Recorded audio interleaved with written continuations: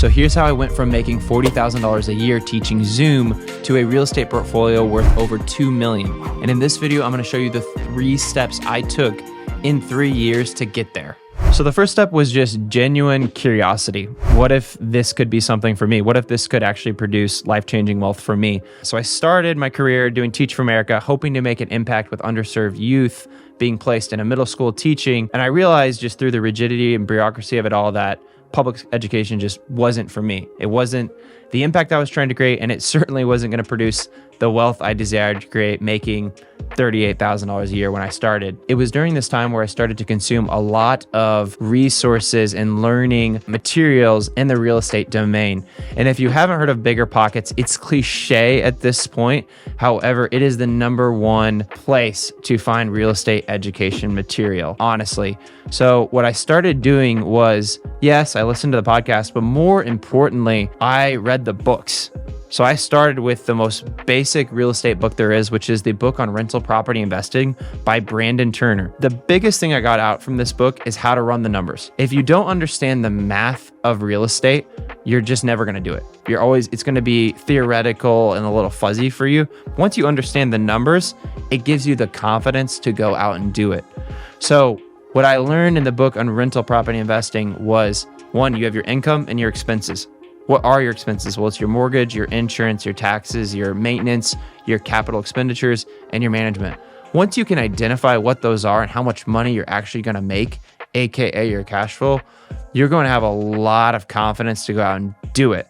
Now, you might not have capital yet, but you're going to have confidence. Then I read Set for Life by Scott Trench. And Set for Life was all about how to turn your liabilities, your biggest expenses, into an asset. So take a thing like your housing expense, which could be $1,500, $2,000 a month. If you're renting, why not house hack, which is buy a property, rent out part of it, and now maybe you'll only owe $0 a month for your housing if those other people are paying for it. So all of this learning and this curiosity, I started to think, well, maybe I can do this. It was around this time as a teacher that I actually bought my first house. And prior to that was living with my parents in their basement. I was one of those guys living in a parents' basement.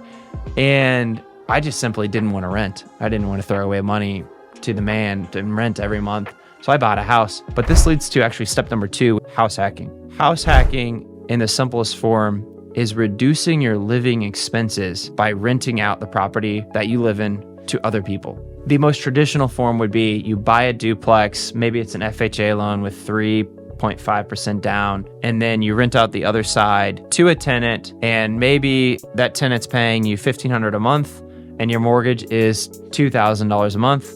Boom, you only owe $500 a month yourself. You're taking all that extra money, putting it away to invest. That is what house hacking is. What that looked like for me was I had a single family house.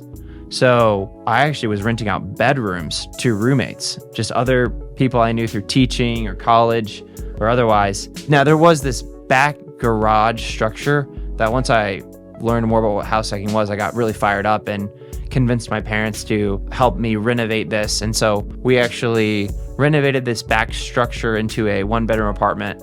That was making $900 a month. The bedrooms, the 2 bedrooms, were making me $450 each a month. So I was making $1,800 a month. My mortgage at this time, believe it or not, was $520 a month. So I was putting away a decent amount of money that would allow me to save and invest. However, I certainly would not have made enough money just through the month-to-month cash flow to be able to afford more rental properties. So that leads into step #3, which is leveraging other people's capital, leveraging other people's money. I'm still a teacher, kind of getting fed up with it, about to make the jump out of it into real estate, not really knowing what that looks like for me. Am I going to be an agent? Am I going to be an investor? I'm a mixture of both. I had a friend whose name was Corey. Corey was making a lot of money as a travel nurse, and he wanted to invest his money in real estate. He called me up. He said, "Tyler, I want to invest in real estate. I'm willing to fund the vast majority of our first deal. Let's split it down the middle, 50-50.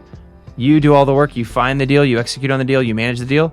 And I'm going to do most of the funding." We ran the numbers, using two different softwares that help tremendously that you should definitely use. One is the Bigger Pockets rental property calculator, which helps you calculate cash flow and ROI. Pay the $80 a month for the premium version to get access to that. It's very worth it. The second is Rentometer, which is a property where you put in the address, the bedrooms, bathrooms, and it spits you out a rent number that the rent amount would be. Using those two softwares, we analyzed hundreds of properties over the course of a month or two, and we landed on a quadplex. I punched in the numbers. It was $800 a month on each unit. And after all expenses, the mortgage, upkeep, all that other stuff, it was going to make $400 to $500 a month. That cut it for us. That was a good enough cash flow. And so we executed on it.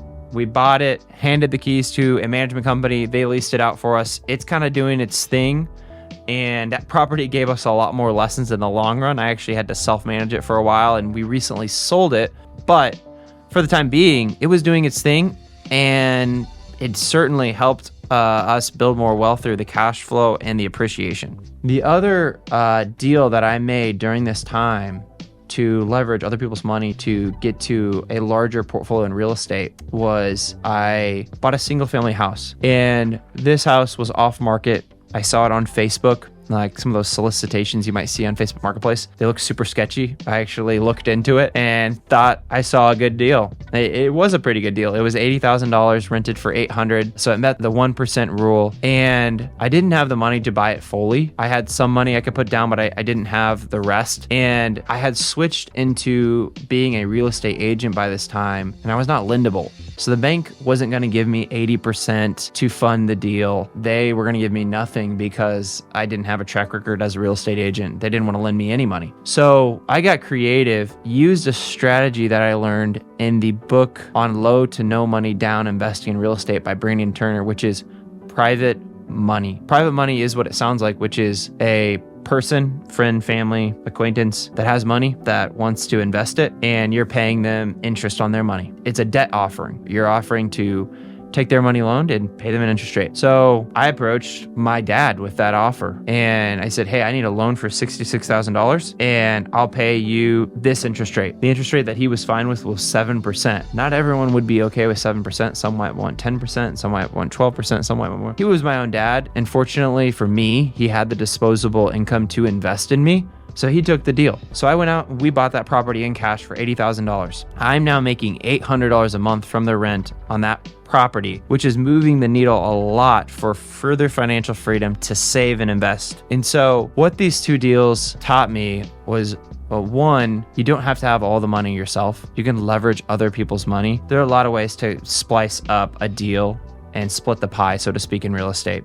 And that was, believe it or not, within my first year of real estate. So I just continued to do that. And that is how I have gotten to $2 million in real estate assets over the course of 3 years. What I would encourage you to do is follow your curiosity and get educated, meet people, read books, listen to podcasts, follow what you're naturally interested in. The second would be house hack.